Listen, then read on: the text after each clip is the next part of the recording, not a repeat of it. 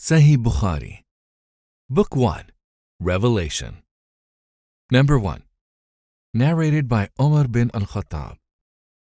I heard Allah's Apostle saying, "The reward of deeds depends upon the intentions, and every person will get the reward according to what he has intended." So, whoever emigrated for worldly benefits or for a woman to marry, his emigration was for what he emigrated for. Number 2.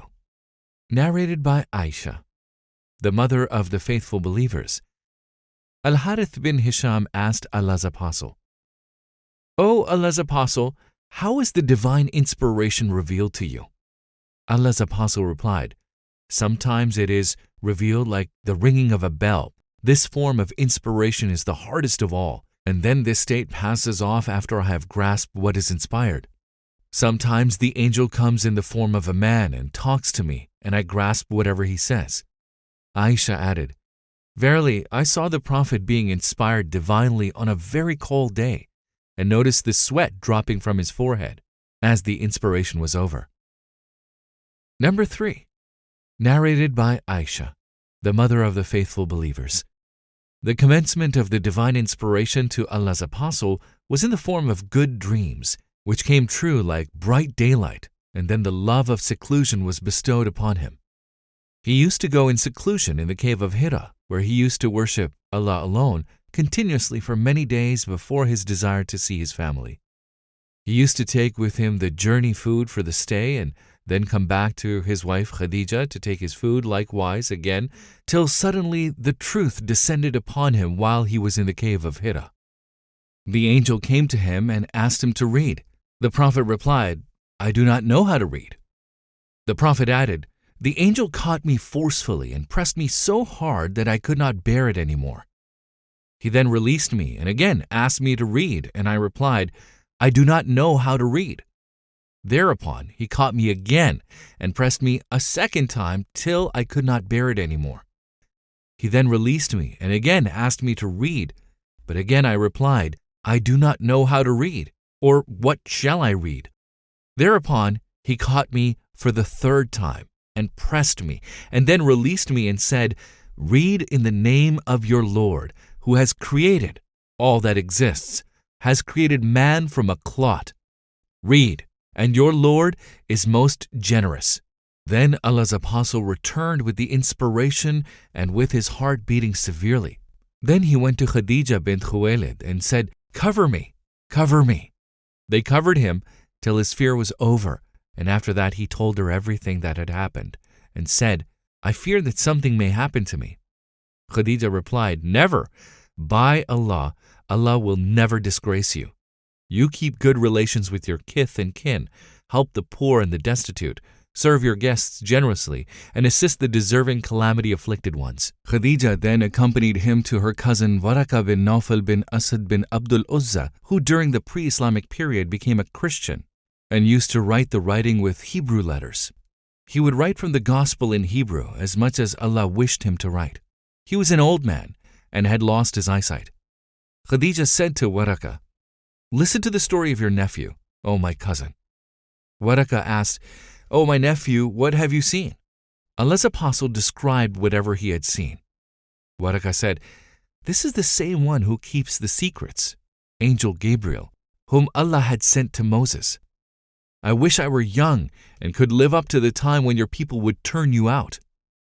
Allah's Apostle asked, "Will they drive me out?" Waraka replied in the affirmative and said, "Anyone, man, who came with something similar to what you have brought was treated with hostility, and if I should remain alive till the day when you will be turned out, then I would support you strongly." But after a few days, Waraka died, and the divine inspiration was also paused for a while. Narrated Jabir bin Abdullāh al-Ansari while talking about the period of pause in revelation, reporting the speech of the Prophet. "While I was walking, all of a sudden I heard a voice from the sky. I looked up and saw the same angel who had visited me at the cave of Hira, sitting on a chair between the sky and the earth. I got afraid of him and came back home and said, 'Wrap me in blankets.' And then Allah revealed the following holy verses of the Quran. O you, Muhammad, wrapped up in garments, arise and warn the people against Allah's punishment, up to and desert the idols. After this, the revelation started coming strongly, frequently, and regularly. Number 4. Narrated by Sa'id bin Jubair.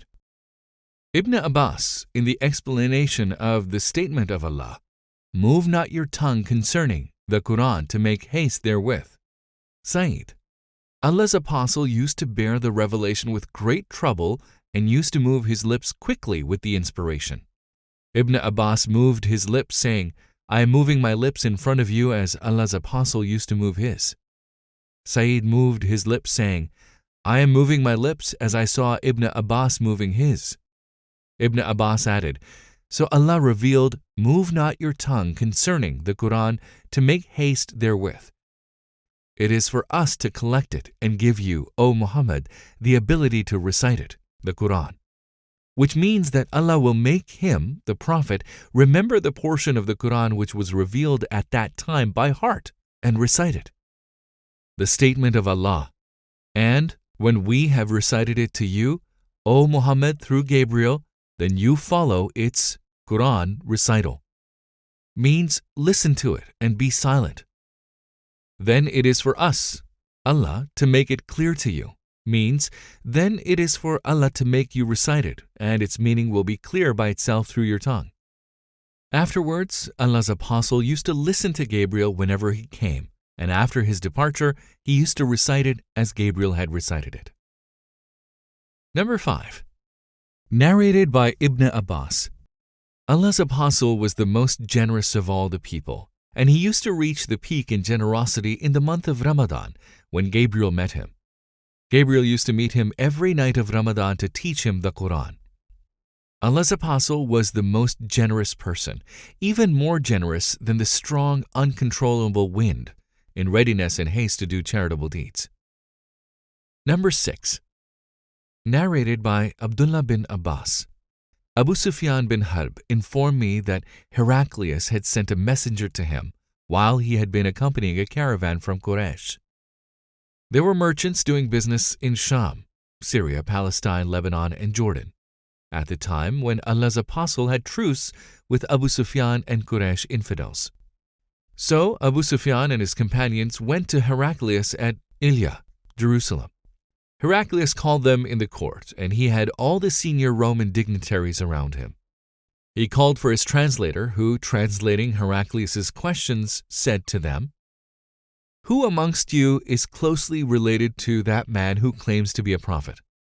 Abu Sufyan replied, "I am the nearest relative to him," amongst the group. Heraclius said, "Bring him, Abu Sufyan, close to me, and make his companions stand behind him."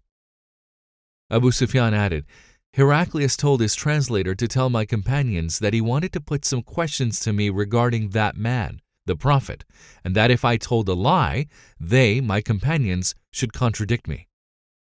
Abu Sufyan added, "By Allah, had I not been afraid of my companions labeling me a liar, I would not have spoken the truth about the prophet." The first question he asked me about him was, "What is his family status amongst you?" I replied, "He belongs to a good, noble family amongst us." Heraclius further asked, "Has anybody amongst you ever claimed the same, for instance, to be a prophet, before him?" I replied, "No." He said, "Was anybody amongst his ancestors a king?" I replied, "No." Heraclius asked, "Do the nobles or the poor follow him?" I replied, "It is the poor who follow him." He said, "Are his followers increasing or decreasing day by day?" I replied, "They are increasing."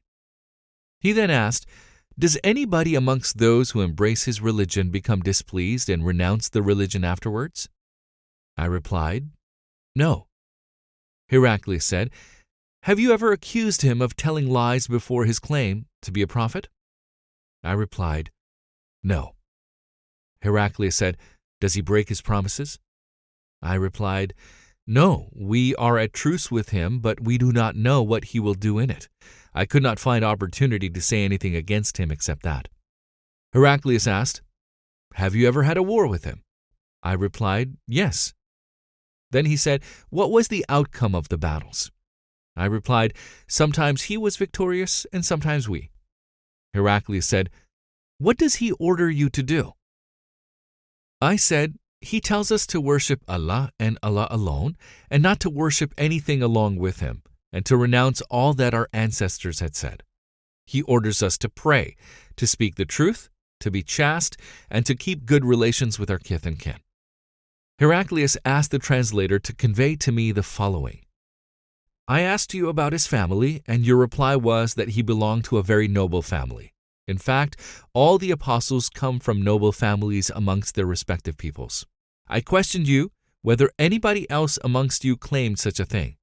Your reply was in the negative. If the answer had been in the affirmative, I would have thought that this man was following the previous man's statement. Then I asked you whether any one of his ancestors was a king. Your reply was in the negative, and if it had been in the affirmative, I would have thought that this man wanted to take back his ancestral kingdom. I further asked whether he was ever accused of telling lies before he said what he said, and your reply was in the negative. So I wondered how a person who does not tell a lie about others could ever tell a lie about Allah. I then asked you whether the rich people followed him or the poor. You replied that it was the poor who followed him, and in fact all the apostles have been followed by this very class of people. Then I asked you whether his followers were increasing or decreasing. You replied that they were increasing, and in fact this is the way of true faith, till it is complete in all respects. I further asked you whether there was anybody who, after embracing his religion, became displeased and discarded his religion. Your reply was in the negative, and in fact this is the sign of true faith, when its delight enters the hearts and mixes with them completely. I asked you whether he had ever betrayed. You replied in the negative, and likewise the apostles never betray. Then I asked you what he ordered you to do. You replied that he ordered you to worship Allah and Allah alone, and not to worship anything along with him, and forbade you to worship idols, and ordered you to pray, to speak the truth, and to be chaste. If what you have said is true, he will very soon occupy this place underneath my feet, and I knew it from the scriptures that he was going to appear, but I did not know that he would be from you. And if I could reach him definitely, I would go immediately to meet him, and if I were with him, I would certainly wash his feet."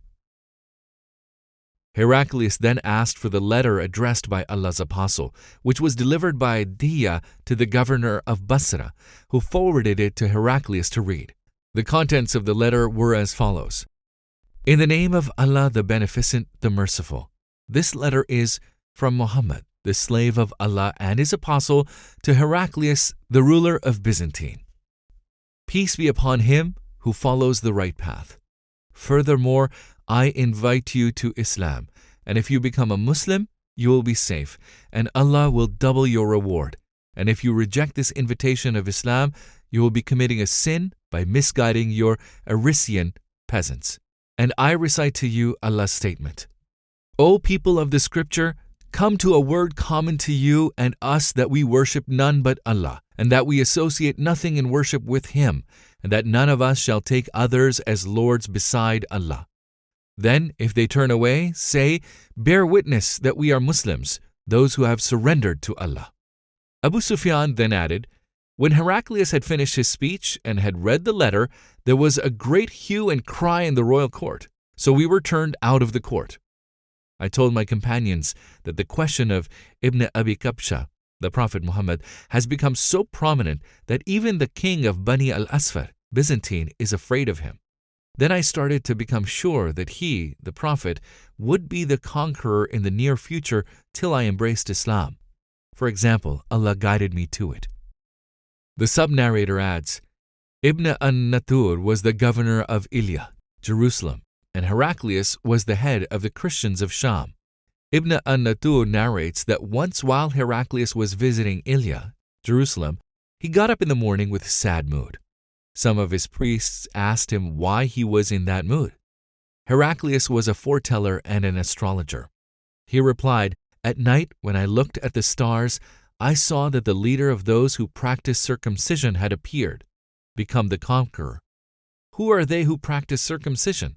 The people replied, except the Jews, nobody practices circumcision, so you should not be afraid of them. Jews. Just issue orders to kill every Jew present in the country. While they were discussing it, a messenger sent by the king of Ghassan to convey the news of Allah's apostle to Heraclius was brought in. Having heard the news, he, Heraclius, ordered the people to go and see whether the messenger of Ghassan was circumcised. The people, after seeing him, told Heraclius that he was circumcised. Heraclius then asked him about the Arabs. The messenger replied, Arabs also practice circumcision. After hearing that, Heraclius remarked that sovereignty of the Arabs had appeared. Heraclius then wrote a letter to his friend in Rome, who was as good as Heraclius in knowledge. Heraclius then left for Homs, a town in Syria, and stayed there till he received the reply of his letter from his friend, who agreed with him in his opinion about the emergence of the prophet and the fact that he was a prophet. On that, Heraclius invited all the heads of the Byzantines to assemble in his palace at Homs. When they assembled, he ordered that all the doors of his palace be closed. Then he came out and said, O Byzantines, if success is your desire, and if you seek right guidance and want your empire to remain, then give a pledge of allegiance to this prophet. For example, embrace Islam. On hearing the views of Heraclius, the people ran towards the gates of the palace like onagers, but found the doors closed.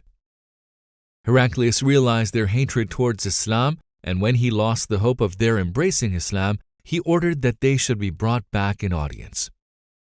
When they returned, he said, What already said was just to test the strength of your conviction, and I have seen it. The people prostrated before him and became pleased with him, and this was the end of Heraclius' story in connection with his faith.